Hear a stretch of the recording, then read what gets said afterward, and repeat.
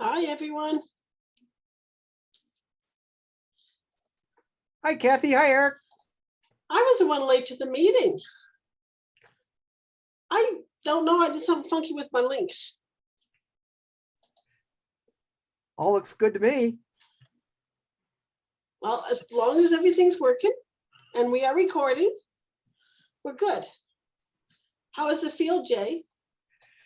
I wish I were in the field. I've been grading and supervising the AP biology scoring since June 4th, and I go till about 11 o'clock at night. So I'm so unresponsive to everything right now, but it's so good to see your faces. I've actually been out in the field. I got to do a few nightjar surveys last week, which was fun. And I got to do it with my adult children, which is even funner to get them out birding for once in a while. Not enough birds, though. I think we got one formal survey, one whippoorwill, and then I think I got maybe 10 on an informal survey that I took my father out for Father's Day. I took him out to hear whippoorwills. Oh, people are waiting. I'm a lousy host here. Admit.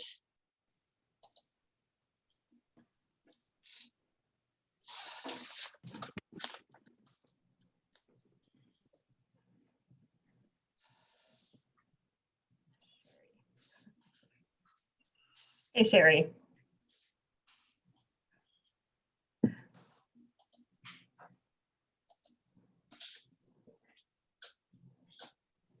I'm going to try and become me here instead of Gregor.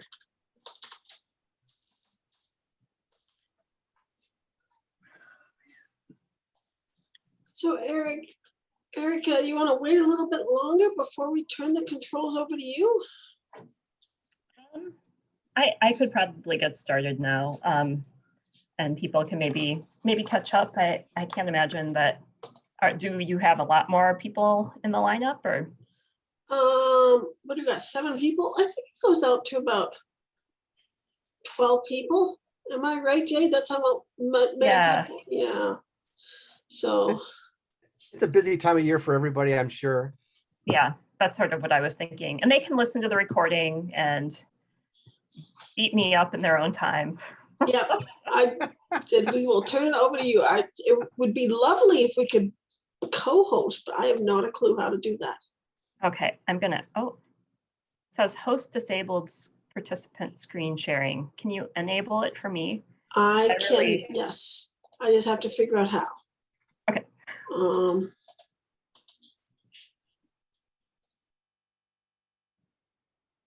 More.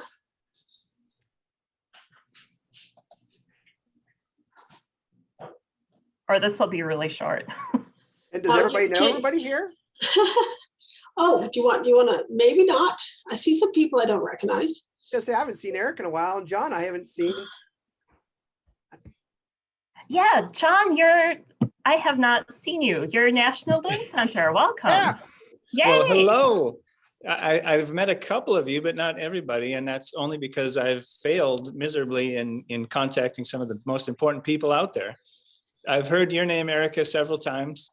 The rest of you, a few of you I've met, but Sherry, was that Sherry from Ely? Yes, Okay. That's right. So we're email friends. Yes, we are.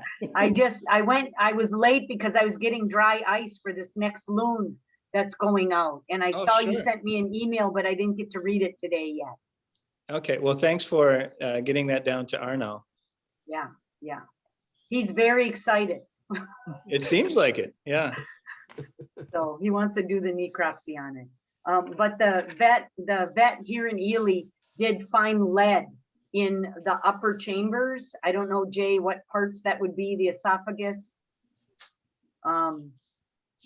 Sure, all that fun stuff. Yeah. So we've had 2 so far we've collected. One was Arno, the vet down in the U of M diagnostic vet lab, had blunt force trauma. So it was probably a boat hit. Yeah. And this second one is lead, probably. We had 3 in 2019 that were West Nile virus. And again, these are only the ones that we've been able to collect. A lot of them never get collected. You know, Right. they get eaten by predators or whatever. But John, I really appreciate this. This is so much easier than us trying to find donations to pay for these necropsies. Yeah, I think it's worked out really well. And as you know, Carol was really, really excited for us to be able to do this. Yeah. Yeah, Carol Henderson was like the loon expert in Minnesota for the last 40 years, except I know Eric Hansen was in Minnesota many years ago and got the loon monitoring program started, which is still going on those 600 lakes. Yep. Fond memories of that. So John, I spent my 3 years at the U doing my master's thesis, setting up the Minnesota loon monitoring program for my thesis. Okay, well, excellent. And I grew up in Rochester and I went to Widgewagon for 8 years. Yeah, that's up by Ely. So, do you think we should get going, guys? Yeah. Yeah, Yeah, no, Erica. Ben's here. Oh, Ben's here, And then Ben's here, Jen. yes. We should say hi to Jen. I think this is Jen's first meeting. Yeah, thank you for the welcome. I'm from Adirondack Center for Loon Conservation. I'm the new education coordinator. So this was the first meeting that Nina Schock invited me to. She's on vacation this week. So I'll be trying to catch up, but it's nice to meet everybody. Good to hear. Awesome. Welcome, Jen. Thank Yeah, you. Jen, are you on the mailing list? Should we make sure we get you on there? We haven't? Should, because I'm pretty sure I just got forwarded something from Nina for this one. Okay. All right. Reach out to us afterwards. We'll make sure you're on. Yeah. Okay. Thank you. Erica, I think you have screen share now. Do you want to try it out? I do. Yay. And that way I can look after admitting anybody who shows up late, I think. Okay. Does everyone see the PowerPoint? Mhm. Yeah, Yes. looks great. Okay.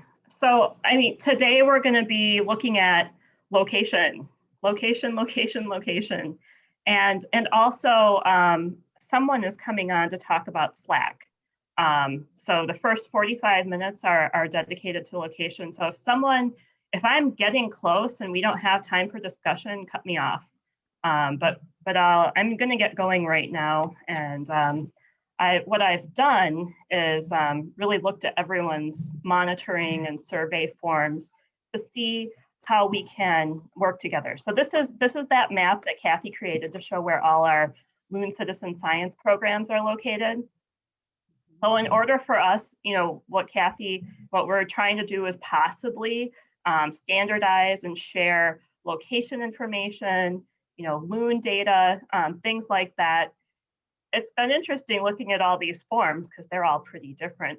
So it will be a challenge for us, and it may not happen, and that's okay. I think it's really important that we learn about each other's programs, especially as we're developing this really cool Loon Citizen Science organization. So while I'm concentrating on location, it also made sense for me to look at the kind of data that we're collecting, as well as methodology. So I'm going to sort of briefly touch on that because it kind of all coagulates together a little bit. So the forms and information I used were on that shared drive that Jay created, as well as from the kind folks. Thank you, Eric, and others who emailed me their forms and their information. So the forms and information we're going to look at today are from the Adirondack Center for Loon Conservation, Birds Canada, Canadian Lakes Loon Survey, Alaska Loon and Grebe Watch, Loon Preservation Committee, Loon Watch's Annual Lakes Monitoring Program and Wisconsin Loon Population Survey, Maine Audubon, Minnesota Loon Watcher, Vermont Loon Watch, Journey North, and the Michigan Loon Watch Program. So I grabbed those names from the forms. So if I got something wrong, it's because it's on your form. No, just kidding. So if I got something wrong, let me know and I'll correct it. I'll put it on. What I did was create an Excel spreadsheet. So I'll correct it on the spreadsheet as well as on this PowerPoint.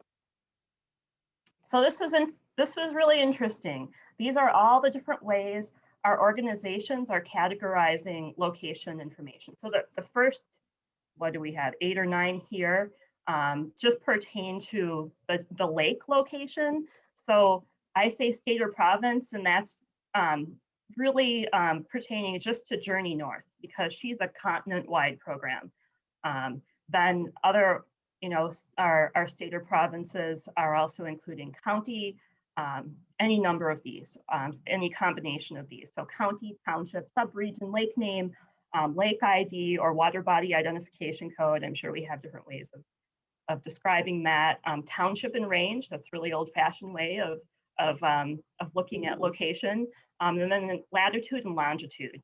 And so far, I've only seen Journey North using lat and long, but within our lake ID or water body identification code, those also include lat and long, and I'll describe how that works too.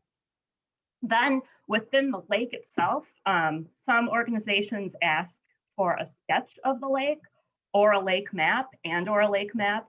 And then within that, they want to know territory and nest location, and then also what part of the lake the volunteers are monitoring. So some of those lakes are so big that they can't monitor the whole lake, especially if they're using like a canoe or kayak. So this has been very interesting.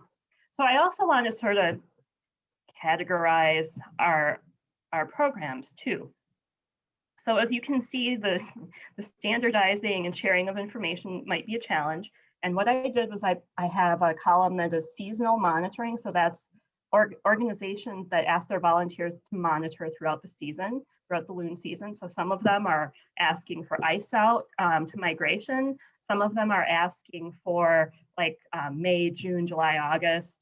So that different combinations of those, but I'm considering that all under the guise of seasonal monitoring. Then there's population surveys. So these are pretty much all one-day surveys, probably looking for population information. Loon Watch, we're real special. We just do it once every 5 years. Don't ask me to do it every year because I do an annual program as well.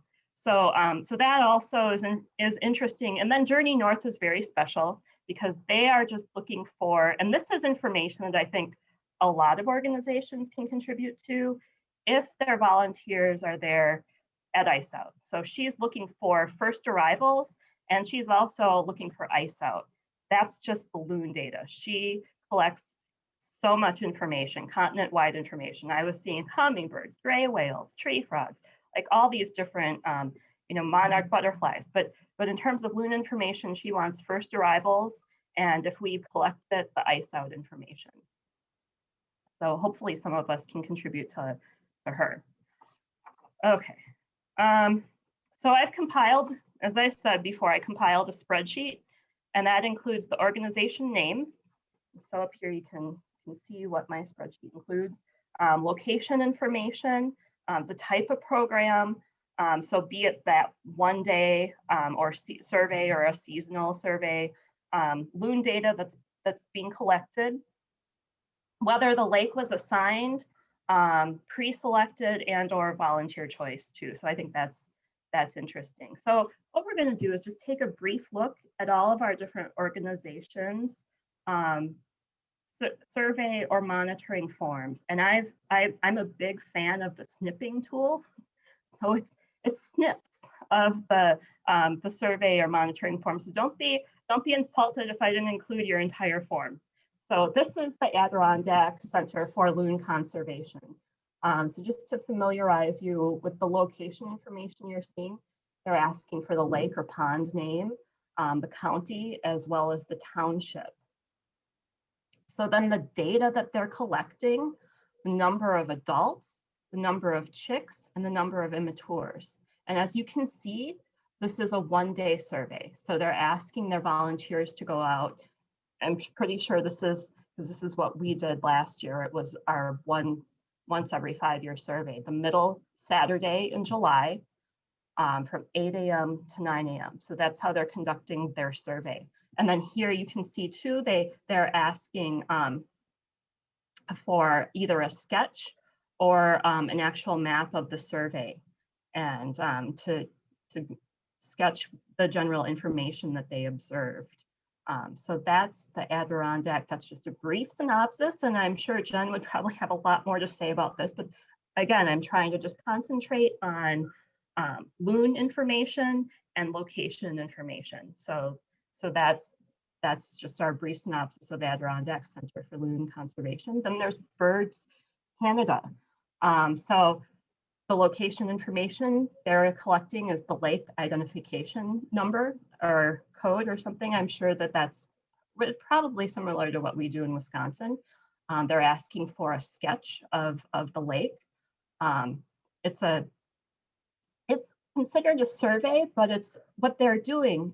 This is really unique. So they're recording the number of days.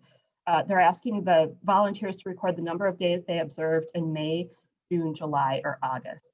So the data that they're collecting are the maximum number of adults, maximum number of mated pairs, nest observation, number of eggs that hatched, and if there's a floating loon platform. And this is volunteer choice. So they can choose what lake that they'd like to look at. And so they also have this, this online option as well.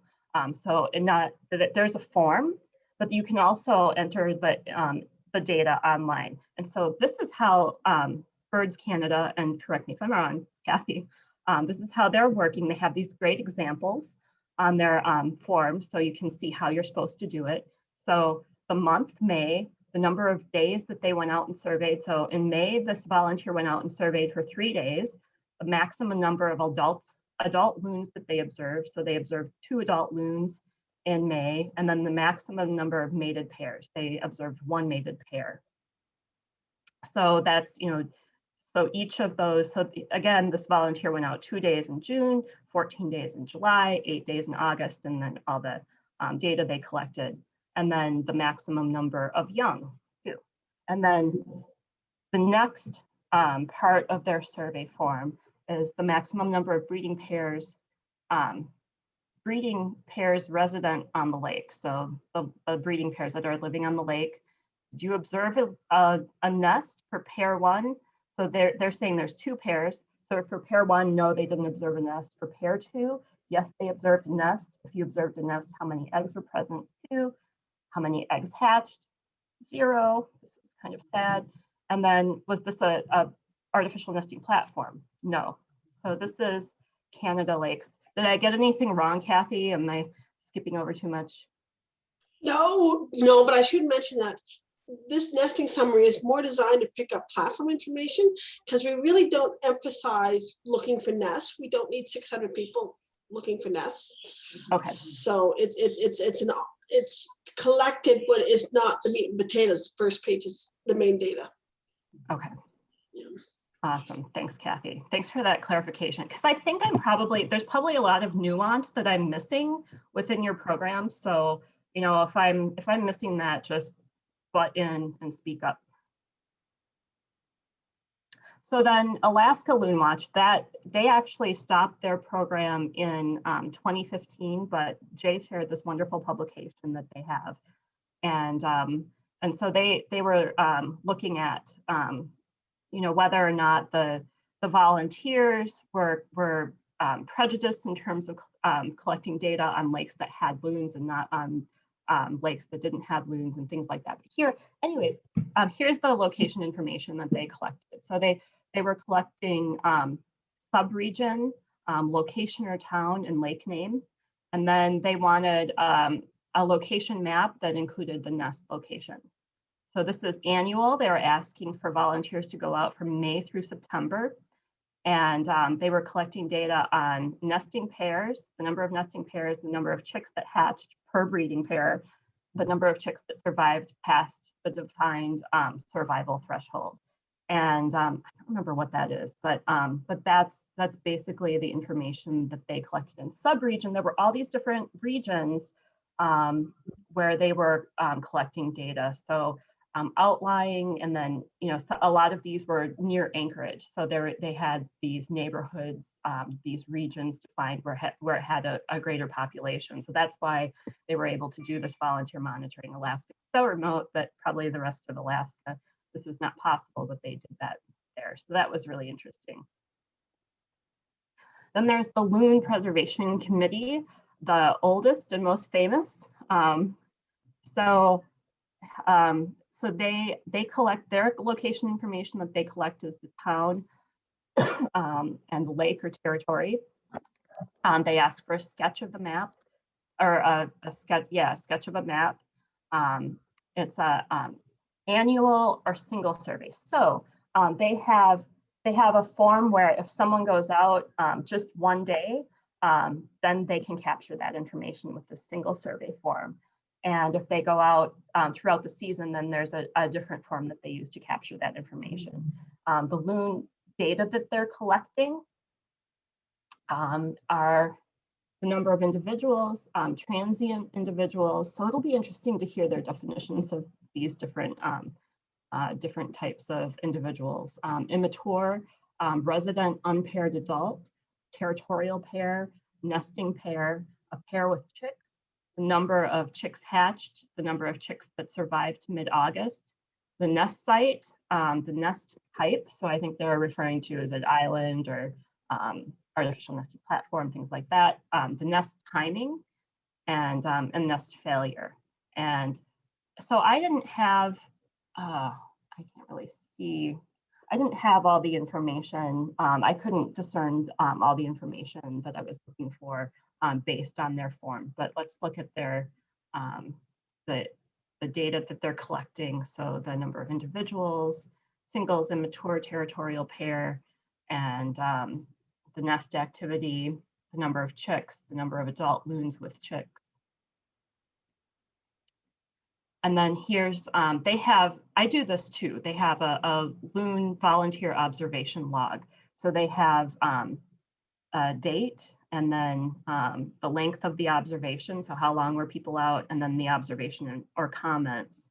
And so they're, so every time, this provides sort of a rich data set and probably a lot of metadata as well. So that's how they're able to collect their data. They're probably using this loon log to fill in the blanks. And here, the season summary, I really ripped off a lot from the Loon Preservation Committee for my own form. So you're going to see some of this repeated. But again, number of individuals, transient individuals, or no individuals, I should say, were there 0 loons on the lake, transient individuals, immature, a 1 to 3 year old subadult, so they would not be in breeding plumage, resident unpaired loons.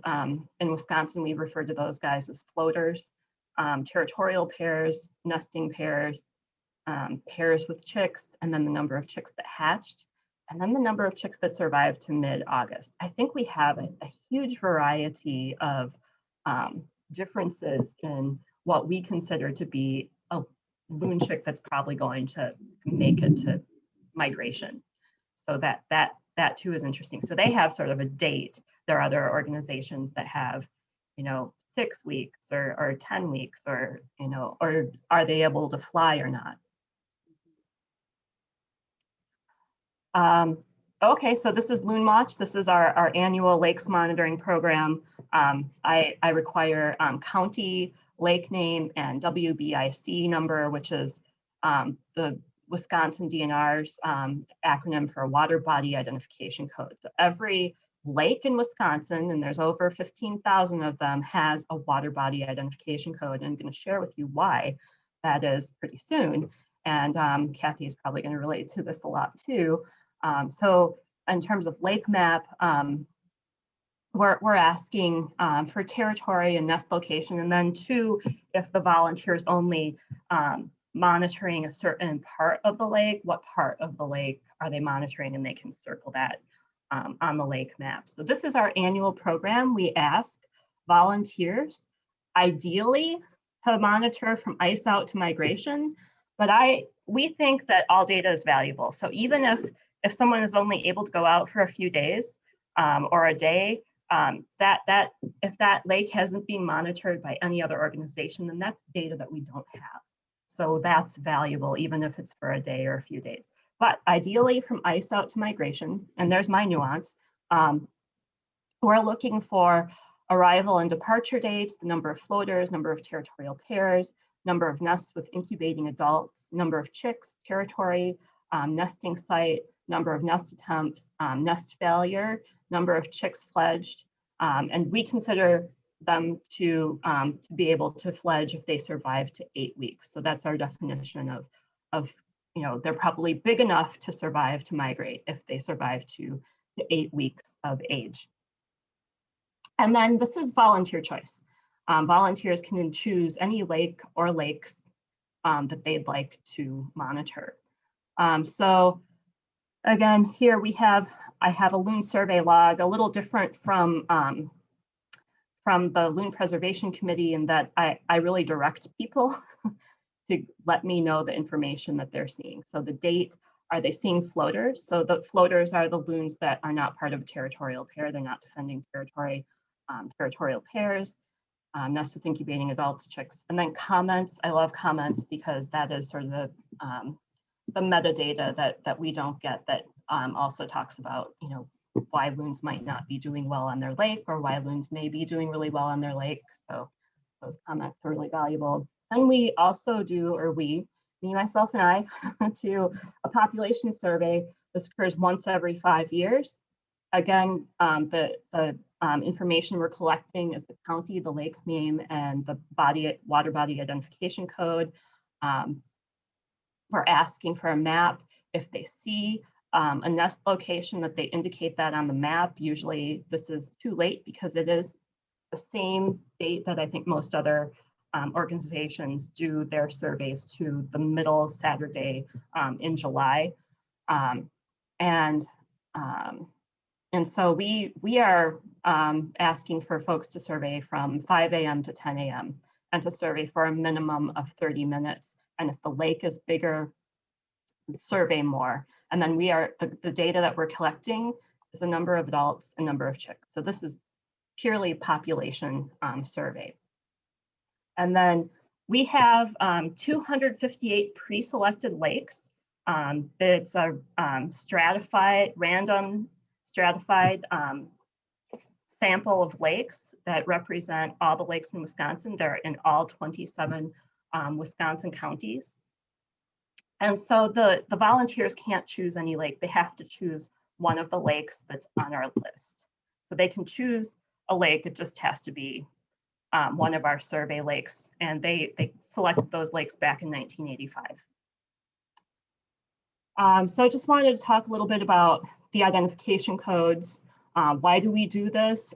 In states and provinces that have thousands of lakes, many of those lakes have the same name. So this provides a unique identifier for each lake, helps identify lakes that have the same name. So for instance, how many mud lakes are there in Wisconsin? A lot. So this is, these are all different counties and these are all the different mud lakes. And this is just page 1 of 7 of all the mud lakes in Wisconsin. It's even more fun when you look at, say, other common names. There's Bass Lake, Clear Lake, Mud Lake, Round Lake, Long Lake. I can go on and on. But here's an example for Bass Lake. So this is the Bass Lake that we have for part of our Wisconsin loon population survey. It's this one. It's not the other Bass Lake. So they have to make sure that they're surveying that Bass Lake.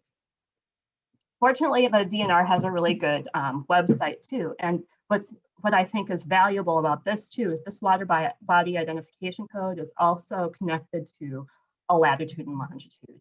And so through some data manipulation, you can get lat long with our water body identification code. So I'm not sure if that's possible with other organizations. Maybe they have something similar or maybe not, but that's something that we can do. So moving on to Maine Audubon.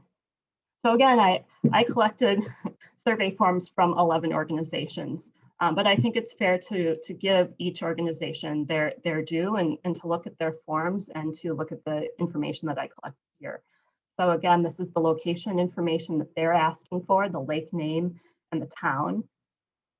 And then they're looking for specifically the region number, the survey area number, and the travel route. So that has to be something that's really special in Maine for each lake for the Maine Audubon survey. I'd love to know more. And so this is an annual count. So they do this the third Saturday in July. So this is a population count again. So this is not looking throughout the season. This is just the population and third Saturday in July. And they're really restrictive, man. They're only 7 to 7:30 a.m.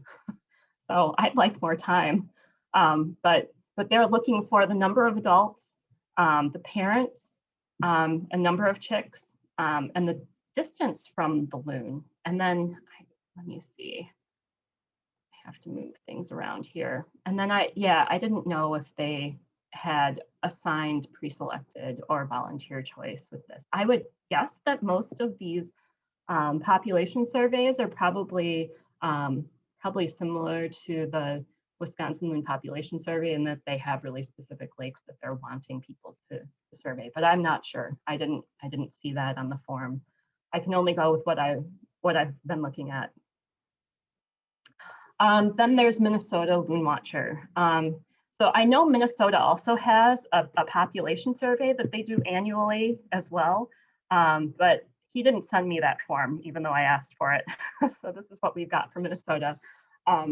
So their location information that they collect is the county and the lake name, and then there's a lake code. They want to know the size, and they want to know the travel route. So they probably have something similar. They probably have a water body identification code. And then this is seasonal, right? So they're wanting at least one observation per month from May through August. I think they should ask for 2 personally, but they're letting their volunteers off easy. And then the data that they're collecting are the number of adults, the number of active nests, the number of juveniles, and then a map with loon nests that are observed. So they want to know where those nests are. Not everyone collects that information. And then this is volunteer choice. They can choose whichever lake. But on that survey, I know that they have pre-selected lakes. I know a little bit about Minnesota. Not a lot, but I try and keep my ears to the ground. So John, maybe you have more information about Minnesota. And here is an example of the nest that they want the Minnesota folks to, how they want that to look. So they want to know where those nest locations are, and then they circle if it's a natural nest, if it's a platform, or if it's an inactive platform. They have a very specific way of doing that, sort of coding it. Okay, so Vermont Loon Watch, Eric, you can correct me too if I'm getting things incorrect, but so for Vermont, they are looking for the pond or lake name, and then they're looking for a sketch if it's a large lake. It's a survey, so they're looking for folks to survey a mid-July Saturday, and then I've got to move something on my screen to see this, but basically if it's a certain sized lake,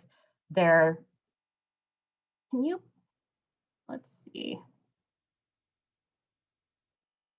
Oh, here we go. So if it's less than 300 acres, they're asking volunteers to go out from 8 a.m. to 9 a.m.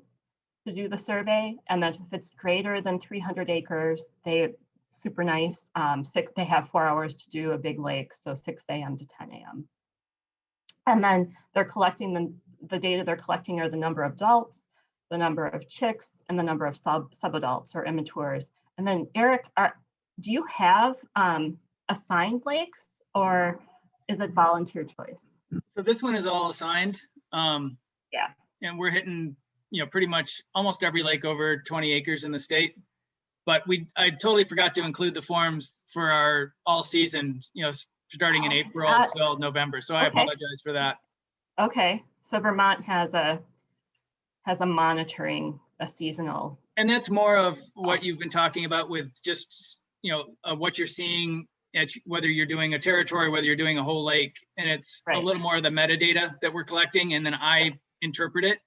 But I'm looking to use this this forum to help us create our online program and make it so that we can get all the data we still want. But that's all in the works for next year. We're really going to go at it and glean everything you guys have been talking about and make it hopefully a good product. Awesome. I like the idea too of being able to pilfer from other organizations. So I'll probably be doing that too. Okay. So then we get to Journey North. She's super special. Too bad Nancy isn't here. But they're just looking for those first arrival loons. And so she's looking specifically for latitude and longitude, not a lake map. So she's not really a loon organization. She's sort of an everything organization. So first sighted, but also she's asking for ice out too if we have it. And then you know, the volunteer can observe any lake that they want to. And so this is, you know, continent wide. So any state or province. And so this is sort of an example of the most recent first sighted loon data that's been collected. So the most recent, interestingly, is Blairsville, Georgia on June 6th. But I know, Jay, that they were, I think that Brooks was seeing loons in June, wasn't he? Like adult loons. So weird things are happening with loons this year. I don't know. So here's an example too of a first sighted. So this is in, oh boy, Kathy, forgive me, Nipissing, Ontario. And so this is pretty cool. You can actually zoom way in on this map. I didn't do it, but you can zoom way in and see the exact location. Some of the lat longs are for nesting locations, but here this observer left a comment, one male diving beside the island. And this was his first observation in April 25th. So that sort of makes sense. It might have been a later ice out there in Canada. Well, And that particular lake actually is too large of a lake for nesting on. So that will just be somebody staging to another site. oh, okay. Because Lake Nipissing, it's massive. Okay. I should have You should gone in on it, but here's another one. This is my hometown, Oconomowoc, Wisconsin. So this is southern Wisconsin. You're not seeing breeding loons here, but they observed a loon as it was migrating through on March 25th, and this was on actually Lake LaBelle there. So if you zoom in on it, you can see the exact lake. But again, that's, you know, it's interesting, and it would be great if we could participate as much as possible and provide Journey North some of our first sighting data. I have done that before with her, and so she's looking for it. Then Michigan Loon Watch. So here they're collecting, these bars get in the way. They're collecting the location information they're collecting is the county, the lake. I believe this is township and range, and township as well. So sort of the older look at location information. And then you can either sketch or attach a lake map. This is annual, so they're looking for the first loon seen until late September because the forms are due on October 1st. So the data they're collecting are the first adult and the last adult that were observed. So they're looking for first arrivals and last departures, as well as the chicks first and last observed, the number of pairs, the number of nests, the number of chicks hatched. And then this is interesting. They want to know a lot about chick survival. So they're looking for the number of 2-week-old chicks, the number of 6-week-old chicks, and the number of chicks that fledged. And their definition of chicks that fledged is if they're able to fly. And then this is volunteer choice. So they can choose whatever lake that they'd like to survey. So that's it. Let's see, I believe. Yep. So I'm just going to share the joys of becoming a loon ranger. And so I think we can start our discussion. I think there's just as I've been looking through all these forms, I was struck by there is some similar information that we're collecting, but we may be collecting it in different time frames. We may be collecting it, you know, in different different ways, asking our volunteers for a lot of data or not a lot of data. So I think in terms of location, we're kind of challenged if we want everyone to be on the same page in terms of location. It's not easy if you've been doing certain things for many years to go and ask your Loon Rangers to go out and be like, I want you to get latitude and longitude. Now, there is Google Maps, and you can place your cursor over the map on Google Maps and get the latitude and longitude that way. So that might be a way, but that might be asking an awful lot of our Loon Rangers.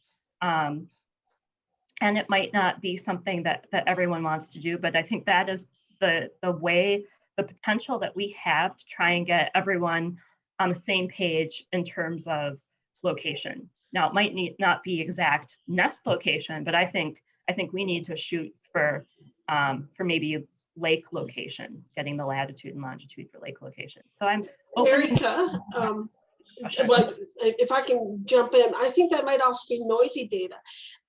We do not have to ask the volunteers for that information at the lake level. We'll all should be collecting it anyway. So it's easy to take the lake IDs, as you say, and add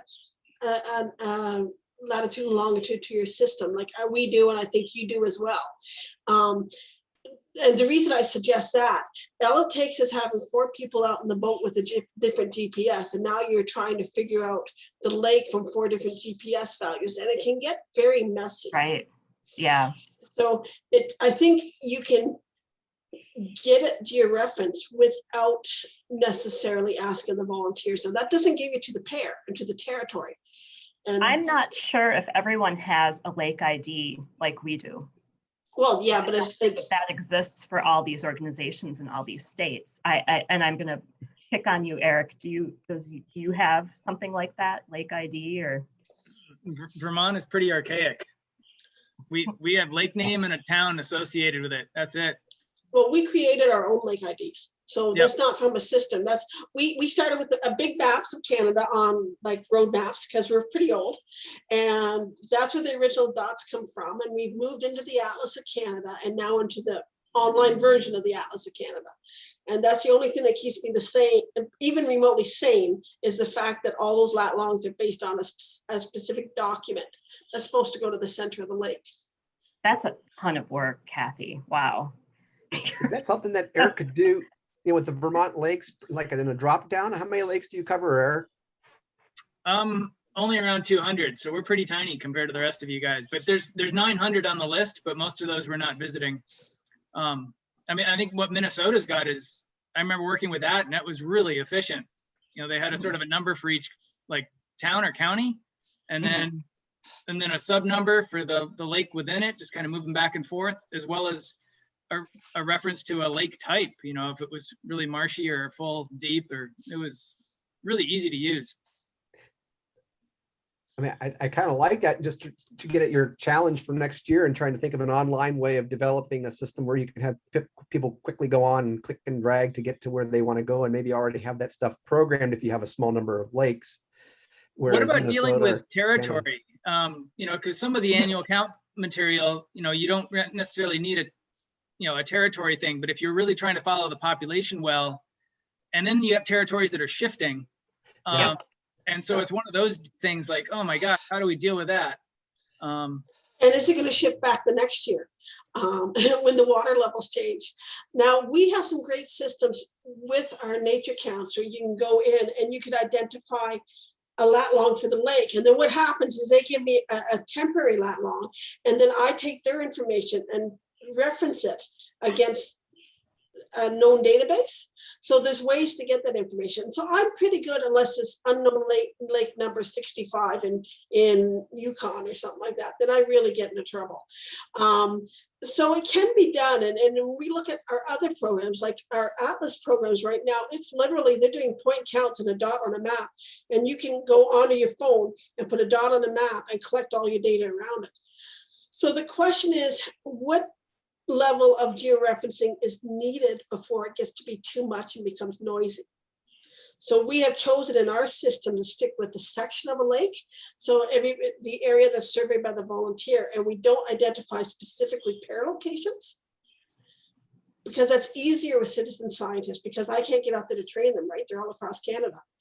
But for different programs, like I know Vincent does it right down to the smack dab where the loons are nesting and wherever the people are standing at the moment. Yeah, I mean, and here's the challenge too, like Kathy, you know, Canada, Minnesota, Wisconsin, we're dealing with tens of thousands of lakes, where other organizations are dealing with much fewer lakes, and so they can go at a much more detailed level too. So I don't know if this would work or not. And you know, and the other piece of this too is staffing. So I'm a one-man show, and there's other organizations that have, you know, greater capabilities. So if you're a Minnesota DNR, you can utilize a lot of agency support too. So yeah, it's a challenge. I'm not really sure. Yeah, I'm a three-man show, but we've got 6 programs, right? So and they're all to your reference accurately. Yep. Go ahead, Vincent. Yeah, I was gonna say, you know, one component that comes to mind, and you know, I think we're sort of talking about this from like the lowest level up. Right. Again, getting back to like what's the highest level down, what's the lowest common denominator, and is that, you know, number of loons per area, like loon density in the state or province, you know, and then it's like maybe by county within the state or province, and then it's within the town by state or province, and you're looking at like loon densities or loon numbers for those areas. But then getting to a lake level, I mean, that I think that maybe is like the critical point, where it's like how many loon pairs or total number of adults do you have at the lake level, and then you can start looking at that against the area of the lake. And so like for some of these volunteer efforts, that may be where your data quality or data resolution ends, is at that lake level. But some people might be able to, like, yeah, we get down to volunteers or mapping out territories or at that territory level, or even getting nests. But, you know, we're all always going to have differences. But I think trying to understand like where we're getting to at the highest level with the data, that'll help. And yeah, maybe it's trying to find where that hinge point is. And is it just like total number of loons per lake based on and for a program like ours, getting at density and population over such a large span of area, I think there's committees, the scientific committees would just burn us. There's just so much area to cover that we're lucky we can pull off an index for trends for breeding success. I'm hoping to someday have a program like Erica and you other folks, we have a single survey, but then I see you say, oh, they want it done in 4 hours. Ooh, I was thinking giving them a week and say, get out on your lake once in a week. I mean, that's a conversation we had before, right? We talked a little bit about critical information we really are trying to think about is return rates, how many birds are coming back. We're thinking about nesting success, and we're thinking about hatching success and fledging success. And those seem to be, at least the fledging success, or maybe hatching and fledging success, are got at a little bit by many of these surveys. One commonality is that many of these surveys appear to do something in mid-July, it sounds like, 3rd week, which is sort of maybe the lowest hanging fruit you were talking about, Vince, in terms of thinking about occupancy, is that everybody's getting information as to whether or not there are loons there in July and whether or not there are chicks. I'm kind of curious to see if there are other things. You know, we sort of talked about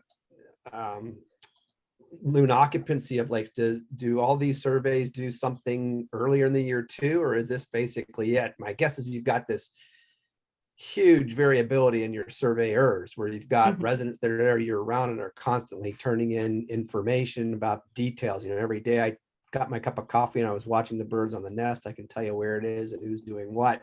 Yep. But in other cases, you've got lakes that aren't surveyed, like an Erica situation, maybe once every 5 years, if they're one of the chosen few. And so I guess something to think about is, it sounds like this hatching and fledging success is something that we all could do, because we already sort of have it embedded in this mid-July survey for most of us. I'm wondering if there's something coming back to the lake occupancy earlier in the year information that we could get in some sort of, I don't want to say universal effort, because I know, like Erica said, and Kathy's so true, you know, they're juggling a bunch of different balls. But is that something that could be feasible with some of the things that we're doing? Eric, are you shaking your head no, or are you shaking your head? I don't know. Like, who does a good job here at tracking negative occupancy? I know we don't. I'll be upfront with that. You feel like our population survey, we do that. Our annual lakes monitoring program, where they can choose any lake that they want. They're pretty much choosing lakes that have loons. They're not interested in, you know, if they can choose the lake, they're not choosing a lake that doesn't have a loon. And this is the same with every citizen science program. Like all my programs are the same. If there's none of the species on it, they have a really tough time going out again. Now you probably, if anybody looks at the form, you'll see we have this dumb little checklist for bird species on the back. And the whole point there is to see if they do that instead of doing the loon survey, whether they say there's loons on the lake or not.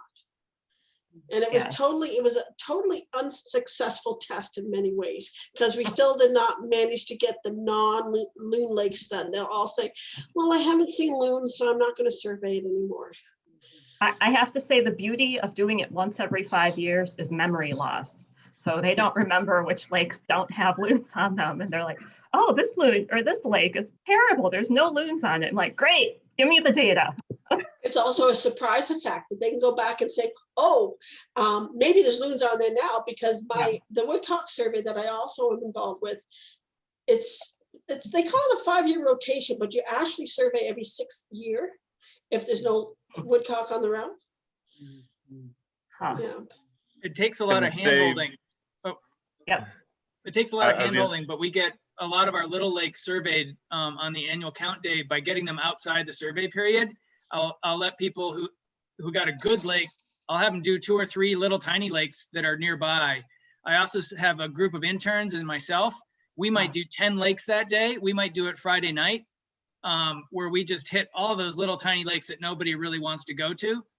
Even though they're outside the survey period, it's our one time to get to those lakes. Yeah. I was gonna say, in terms of like who does a good job of tracking a negative presence, I think my sense is that LPC probably does the best, where they have basically every lake in the state is given a tier status. Yeah. And those lowest tier lakes are either surveyed like every other year or every 3 years. And they've done that for decades now. And I think they've got really, really strong data on tracking the expansion and recovery of loons in New Hampshire. And that might be an interesting way to sort of incentivize folks to survey these sort of lower quality lakes that don't have loons, is like create this tier status and be like, you don't have to survey it every year, but you know, it's been 3 years. Let's take a quick look at it. And like, wow, that'd be so fun and exciting if there were loons on it this time around. I don't know if that might incentivize. Yeah. And I think we will have, I might retire first. I think we will have a population survey in the future, but we'll never get the whole, a great coverage. There's just too many lakes out there. Like there's 6,000 in my database, and we're not even making a dent in the number of lakes that are appropriate in Canada. How many lakes are there in Canada? We know there's over 1 million. That's a good guess. You're gonna say we don't know, and you basically said we don't know. When you get up north into the real loon country, like in the Yukon and the Northwest Territories, a lot of them are unnamed. Like the reality is, the real big loon country is north of all of us. Wow. This is just a quick side. Thinking back a handful of years now, the state of Maine was interested in doing a like random stratified survey sampling effort, running aerial transects, I believe aerial transects with maybe some on the ground surveys, and they'd have line transects going all over and whatever. I think Carrie Gray was sort of developing that effort with Maine IFNW.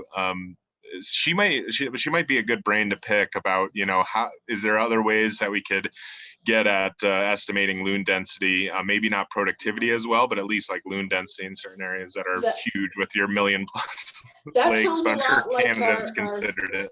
that sounds a lot like the waterfowl surveys that they run up here. They tend to do them in migration periods. And the other thing is that drives me, that unfortunate, but I really wish they do it, is when they do it, we would be a great time to see how many loons are on the Great Lakes, but you can't take it, in the Canadian safety laws, they can't take the planes, they do waterfowl surveys across the Great Lakes. So they can't do, they can't get out in the middle of the lake. I would love to see what was out there. And they've done that for Lake Erie, I can tell you that. Oh yeah, did they do it legally? Yeah. Oh yeah, when it's not on fire, right? No, it just to me it begs the question. The importance. As I'm thinking about loon biology, it's really critical to think about nesting success as well as fledging success, and it'd be so nice to be able to figure out a way to get better indicators of things that are impacting nesting success. Just from my work going back a while, seems to be that's the critical period for a lot of productivity types of things, but it doesn't seem like it's just that feasible to at least for these larger surveys to try to get information about hatching success and nest failures and the causes of those. Yeah, I mean, it's tough. You sort of have to have a remote camera on every nest, and it'd be a fun project. I think, like on a flowage, I think that could be possible, or something like that. But yeah, to ask loon rangers to do that would be kind of interesting. That requires internet. We don't have those on our lakes.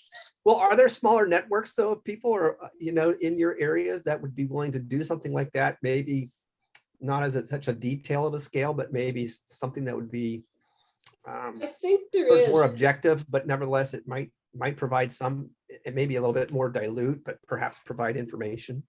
In Canada, the lake associations are starting to get monies and powers to look at the lakes a bit more carefully. Like tomorrow, I'm giving an association talk to a lake association that, based on my estimates, could have, if they knew, up to 40 pairs of loons on it. And this has not been surveyed since 1990.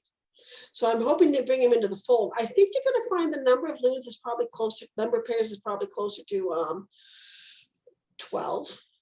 But I think there's a lot that can be learned if we can pull these bigger groups in. But they look at the study and they're so overwhelmed with it because they're all volunteers again. And they're trying to do improving lake habitat and doing the loon survey and doing the water testing and everything else. But hopefully I can pull them in and have them running their program on their level. And some of these lakes are starting to see problems, and I think as they see problems, they're going to dig deeper down and do more work on these lakes. But it's going to be a lake by lake thing, and more in Eastern Canada, because I think Eastern Canada is having a hard time in our area. Yeah, I was going to ask a question too. Maybe Eric knows this, or John from the National Loon Center, but how is the monitoring program that Eric Hansen started 40 years ago or whatever, on those 600 lakes? Do you know how it's going? Because it was 100 lakes in each of 6 areas, and they've kind of stuck with that. Is that a pretty good estimate for Minnesota? I don't know, Eric, do you know anything about it? I can say from my perspective, Sherry, my understanding, based on basically what Carol Henderson has shared with me, is that the program is still going and going fairly well. Outside of that, I don't have anything specific to add in terms of how well it's going. I can't remember how many years ago they did a summary with some statisticians' helps to kind of do an analysis of change between and within. And really, it's really focusing on what's going on within those regions. It can't be applied statewide. Because it wasn't a randomly selected type of survey. But within a region, they have a great sense of what's going on. And hopefully by a little bit about how those regions were chosen, near people, acid rain issues, mercury issues, those were the main ones. They were hopefully be able to figure out, are there some hot spots that we need to be looking at? It would be great to look at all that data, and I think there'd be a way to do it, to split it apart, where you could actually tease out territories and productivity through all of that. It would have to take someone who's really willing to just look at years of data and where all the chicks have shown up. Boom, there's a territory, and then keep doing that throughout every single iteration, and you could start mapping things out. If I have in my retirement, I'll come back and do all that, but. Anyway, so it's really more of a regional approach to look at flagging any red flags that start coming up, or celebrate where things are doing really well. So I'll leave it at that. I need to run to another meeting. Great to see everybody. Hopefully see you in a month. Thanks, Eric. Good to see you. Thank you, Eric. I just wanted to ask that question because I didn't know much about that program. And so when I got started, I didn't want to travel to one of those big regions, which were far away from Ely. So then I just looked at their other program, which was the DNR Loon Watcher program. And it was similar to what Erica does in Wisconsin, except not as detailed. And then of course, Erica went and had to come to Jesus with them to make sure they didn't drop it, but that they kept going with it. So I am grateful to her for that. And so what I've gotten is just more people involved in the Ely area. And it's, yes, they can pick their own lake, but it's usually a lake they're always fishing on, or they have a cabin on. And I do encourage them not to do once a month, but to do it at least twice a month, and to really focus on, is there those main things that Jay was talking about? You know, is there a territorial pair? Were they successful? Was the nest failed or not? How old are the chicks? When is the last time you've seen them? Did they get to 8 weeks? Did they get to 10 weeks? And for us, it can't, I feel, and I don't know what you guys think about this, maybe this isn't right, but I feel like the population study in the middle of July is false, because some of those chicks are only a week old. And so they're not going to make it. So for us, I think the population studies need to be in northern Minnesota. Maybe middle Minnesota would be okay, but northern Minnesota, I think we need a population study closer to the middle of August or end of August. That would really show what juveniles have made it. Where if you're doing middle of July, it just doesn't work. I think what they're looking though for is production. How many chicks were produced? Oh, okay. So maybe not, you know, I mean, it might be kind of neat to do another survey, you know, later in the year too, to see that. Yeah. I mean, that's my delusion of grandeur. I am getting more people interested, like they can't do all of Burnside, but they can maybe do 3 territories near their cabin. So that's been really interesting. They've asked me to go out on the boat with them to get them started. And then other people are doing a lake that nobody's done before, and you have to go through 5 beaver dams to get to it. So we are getting, you know, a few more people kind of interested and engaged. So in the Ely area. So I'm really excited about that. Thank you, Sherry, for doing that. That's awesome. Yeah. No, but that's a great question to ask, is really, you know, I noticed when Erica talked, we all have different ways of indicating fledgling success, and maybe that's where we have our discussion, you know, for one of these days, is to, you know, go through I don't know when we were planning to do that, but looking at our, you know, aging of chicks and thinking about when is it most appropriate. You know, a chick could hatch in the middle of or early July and be, you know, 2 weeks old and still be somewhat susceptible. And so is the second week or third week of July useful? Part of it might be just because of the availability of volunteers. Maybe a lot of these people are, you know, not summer vacationers, but summer residents. And so you want to do something before they have to go back to Ohio or someplace like that to get their kids back in school, you know. And so they're going to Arizona and Florida, Jay. Yeah, sorry. let's go, or maybe Lake Jocassee, right? But you know, it's a good question to ask, and to really get an essence of, you know, if we're going to try to think of something that's going to be useful, you know, citizen science, you know, and thinking about what is, again, this low-hanging fruit I think we're all you know, talking about here. Is it occupancy of lakes at a year or a time of the year when it is most reliable, you know, and that seems to be where most of these surveys are done. Is it possible to expand these, you know, to other times of the year to indicate critical periods of the loon breeding season? Again, I'm big into the nesting success just from my years, and really understanding that impact, I think can go a long way, at least in Wisconsin and wherever I've been working. You know, chicks hatch and they make it 2 weeks. They're usually pretty good, but that's not true in other places. So I'd really love to see that, but it's the big, you know, the big question is, do we have the time, effort, and energies to do it correctly? And if not, is there an alternative way of doing it to sort of drop down our standards, or at least my high expectations? Or is it something that we just aren't able to do? And so part of me says, gosh, we got to figure out a way we can try to do that, across the board. But how could we do that? Does it mean reducing our size, our scale? Does it mean reducing our sampling effort? Ben, I'm sorry, I cut you off. No, I butted in. I really like the thought line that you're on, Jay. And when we're talking about trying to measure and assess productivity, it is challenging. One of the things that we're actually steering towards more, and it was difficult for us to sort of come to grips with this initially, is that we've gone to aging well, not our crews, but some of the folks that we work with, non-loon technicians or biologists, we've kind of shifted more towards aging chicks with a week range, rather than trying to get people to age them specifically, like, oh, this is 2.5 weeks old or 4.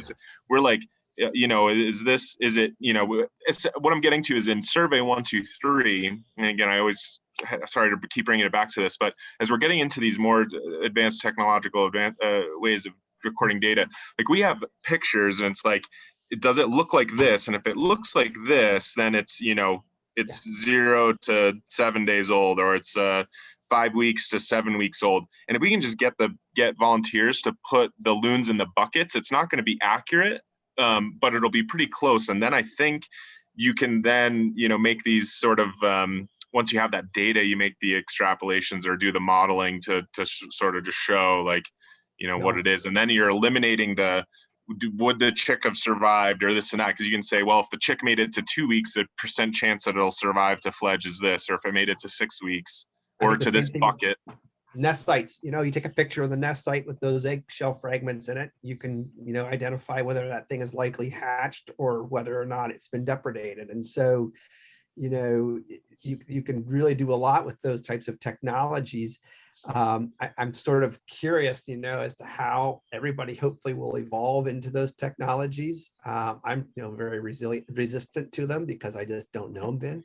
And so, I want to learn how to do that, because I think you can add a lot of information right then and there. And rather than going to a drop down or using a lake code, you've got it all right there, and so long as your technology is reliable, it would be kind of neat to do. I would have to say, and this is, just knowing volunteers, is that a lot of our volunteer set is older folks, because they can afford to live on the lakes, they have the time to go out and do the monitoring, and they are technology averse for the most part. And so this is going to be something that has to be gradually introduced.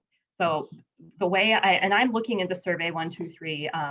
I have to also convince my supervisor in Northland College, but if I can do this, on a small scale, start with 10 people, and I'm going to have to really train them and get with them on an individual basis and start small, and then gradually, because I have close to 500 volunteers, and there are people that don't even use email, for Pete's sake. I thought they're all TikToking themselves on jet skis or something. Yeah. But I mean, there's about 10% that when I contact them, it's when they get their Loon Ranger packet in the mail. And then when I hear from them, it's in November 15th or whenever they send their Loon Ranger packet back to me. So there's those folks, but there are some people who are like, hey, can't we get with the program and start to do this digitally? I have my cell phone. This seems like something we could do. So those are the folks I'll target. Those are probably, maybe 20 or 25 out of the 500 that I have. So that, it's going to be generational. That's where you get the intern at Northland. Yeah. And we got to start small. Yep. So we got to start sometime. We did a survey of all our volunteers last year across all our programs, and we literally asked them if they wanted an app. And what came across, they were all consistent, but the Loon survey was as much as everybody. They're more inclined to use an app to enter data than it is to actually use it in the field. And we also had at least 50% who would rather have paper forms to fill out and then enter it in some other way afterwards. And a lot of that has to do with location, because we still have a considerable number of locations where you don't get good cell phone reception.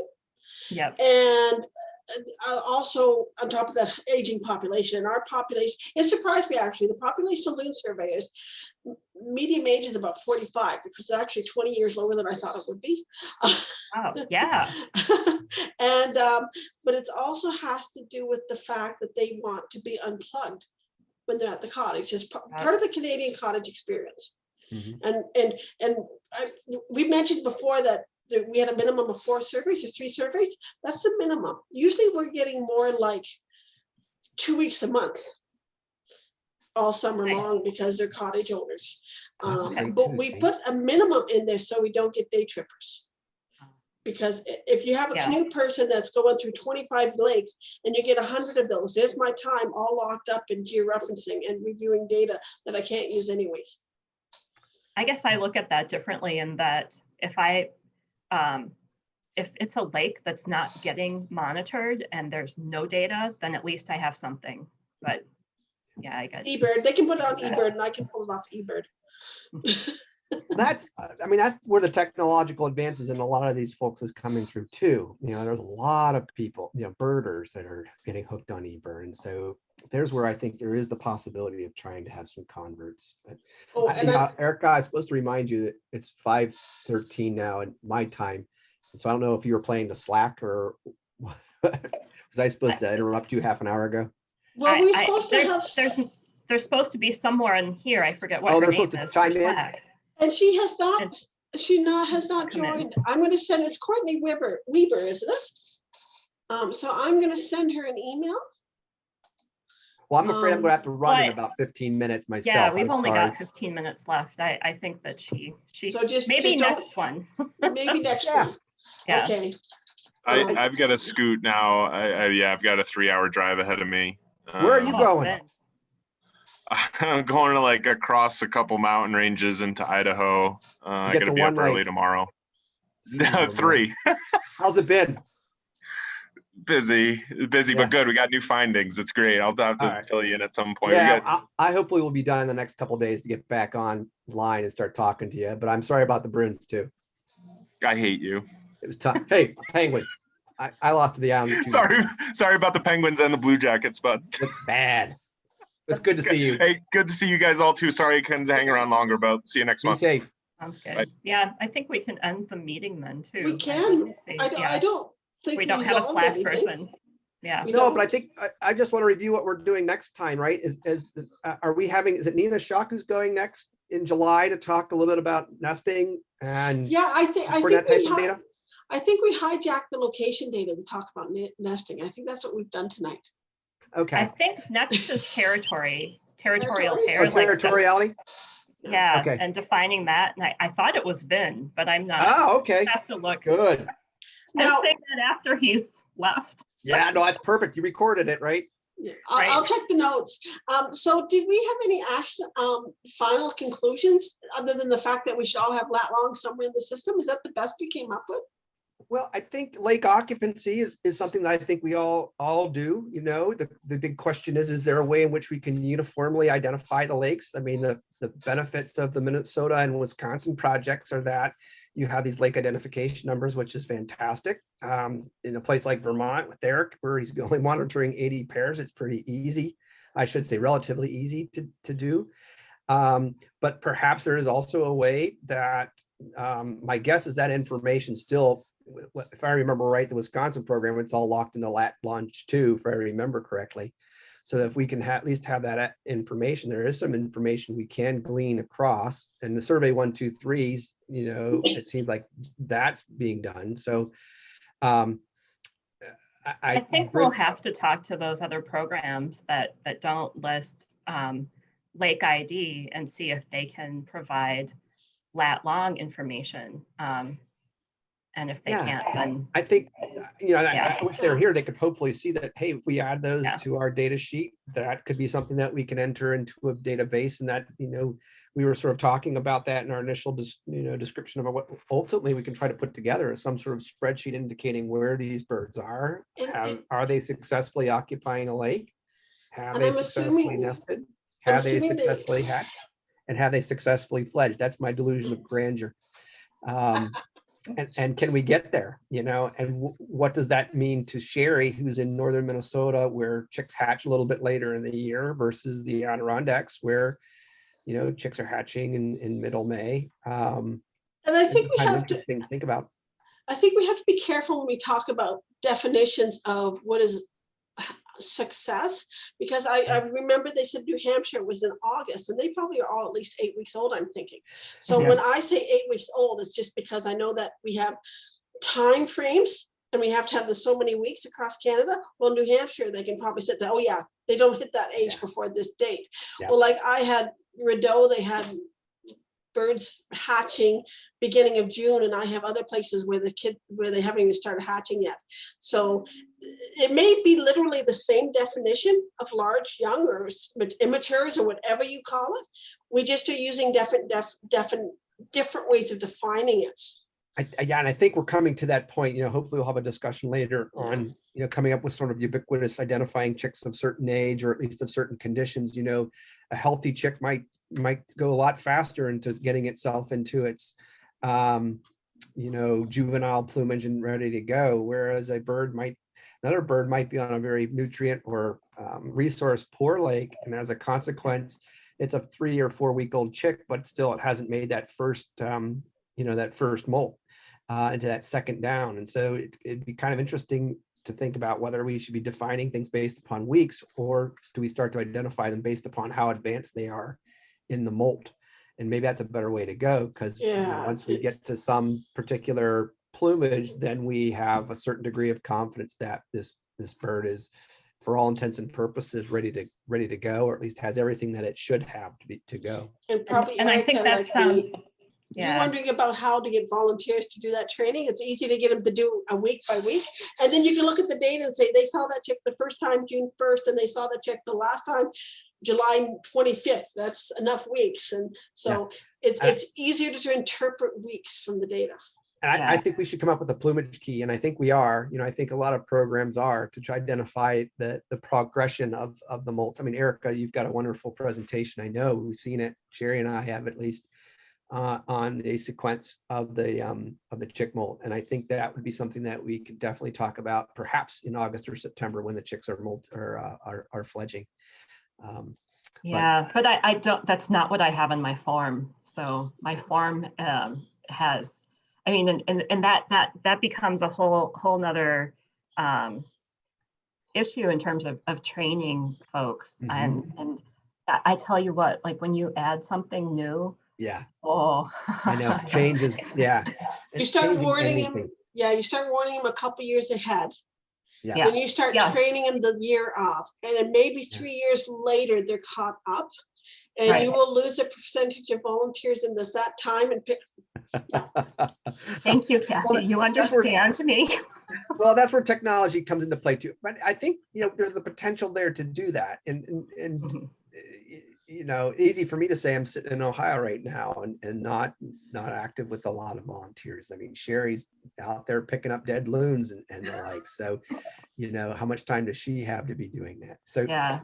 it's one where, you know, that's a great discussion to have when we get to that part, you know, point is what's going to be most critical for us to understand the reproductive success when it comes to fledging. And I think that's a great talk to have, because there is such a great degree of variability. Is that something that we can change? Is that something where we're not going to change, or we're just going to have to understand that when we share those data? You know, we say, okay, knowing that my survey was done in 3rd week of July, and I can give you the best age of the chicks that I know, either based upon a plumage or when I know they hatched, that's the best you have. Whether we can make something of it, that's really the next step of this group. Realize to think, okay, how do we assimilate knowing that we still have these discrepancies. Is it possible, like coming full circle to Erica's point? We all know we're all learning what each other does. Is there a way that we can put this together, or are we hamstrung? And maybe we can get some benefit or glean something from it. But now we know. So when we do share those data, we have a better idea of where they're coming from and what they are, which I think is great.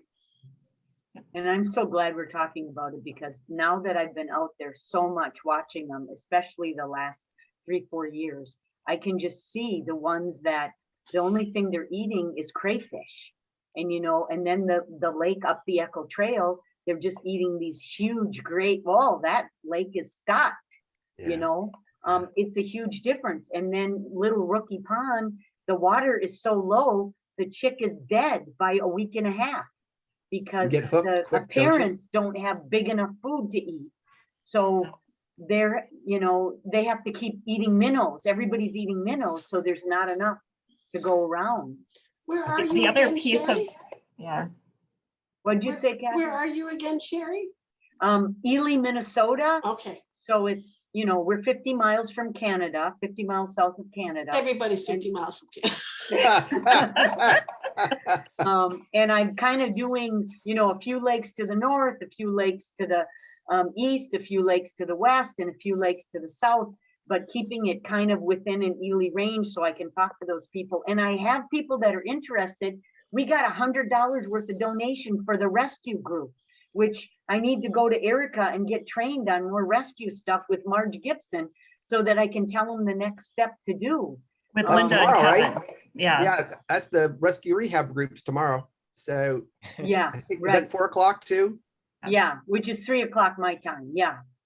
So you need Linda and Kevin Grenzer. They would help train you. They're the ones that do all the rescues in Wisconsin, and I just push people to them. So. Okay. So I need to contact them and go get like trained, because then I can come and train people, you know, here that are ready, you know, to help. I've got 4 big nets. I've got the right kind of tubs. I've got holes drilled in the top of the tubs. I've got towels. I've got, you know, scissors that can cut a monofilament line.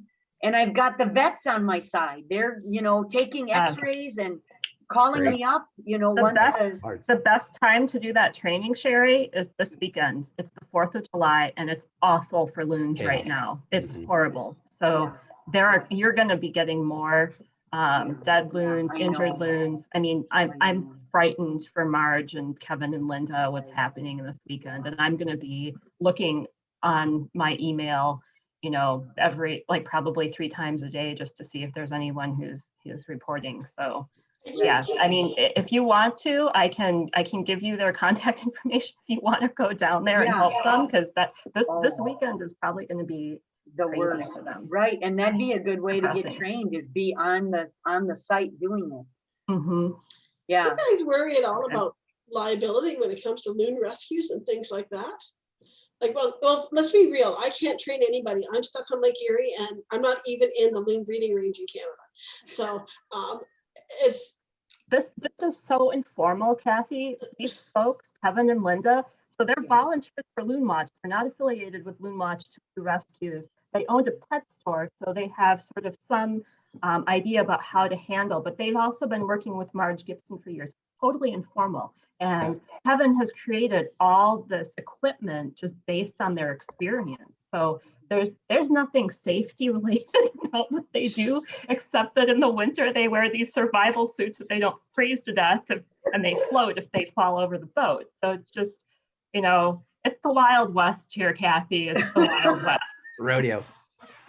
Right. Just the fact that it's illegal to pick up a loon in Canada, right? Now, most people are going to use a Good Samaritan kind of concept with it, but every once in a while you get a CO going, no, you can't do that. Stay away from it or I'm going to charge you.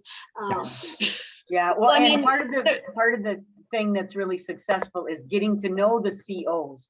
So that was one of the things I've been able to do, is get to know some of the COs, and then talk, you know, as soon as I have a loon like that, I immediately meet them, you know, we get the tag on it. And thanks to John and Carol at the National Loon Center, we now have official permits. The federal permit number is on the official form and the Minnesota DNR number. And, Yeah. you know, due to this program with the Minnesota Pollution Control Agency and the National Loon Center and the DNR and the US Fish and Wildlife, you know, I am now doing it legally. Look out. Yay. I mean, Kevin and Linda are covered, I believe, by Marge's permit, you know, in terms of that legality. But yeah, for anyone to go out in the United States and rescue a loon, it's essentially illegal. They're protected by the why I had to go to Migratory Bird Virginia. Treaty Act. So Nobody had a You permit. did. That's right.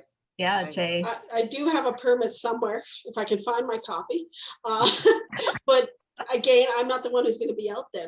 Like Mark's was so concerned about that loon, and I think you might have helped America, the one that was in Sault Ste. Marie. That is, my daughter used to live there. That is 9 hours, 9.5 hours from me if you don't go the speed limit. I used to live about 2 hours north of Sioux Where? in summer. Ranger Lake in the Algoma province or Algoma district. Okay. So my family had a cabin up there, and one of my relatives still does, and that's where I spent most of my formative years. That's how he became a lunatic. Something like that. I did not meet loons until I came to Birds Canada, and I lived on Lake Superior. So I was in great country, except of course they don't nest on Lake Superior. Yeah, But I think, Kathy, your point is well taken. I make sure, like, I'm going to hand pick these people. Okay, it's not going to be the dude who tried to help me one time and the motor was going toward the loon, you know, backing the boat up. No, he's not getting chosen. Okay, it's going to be hand-picked people that listen to me and follow my directions. Oh, you know how many people would do that? she's got a firm voice. She'll succeed. I She's just pull like out me. my She can teacher get her voice. point across. That's right, your teacher voice again.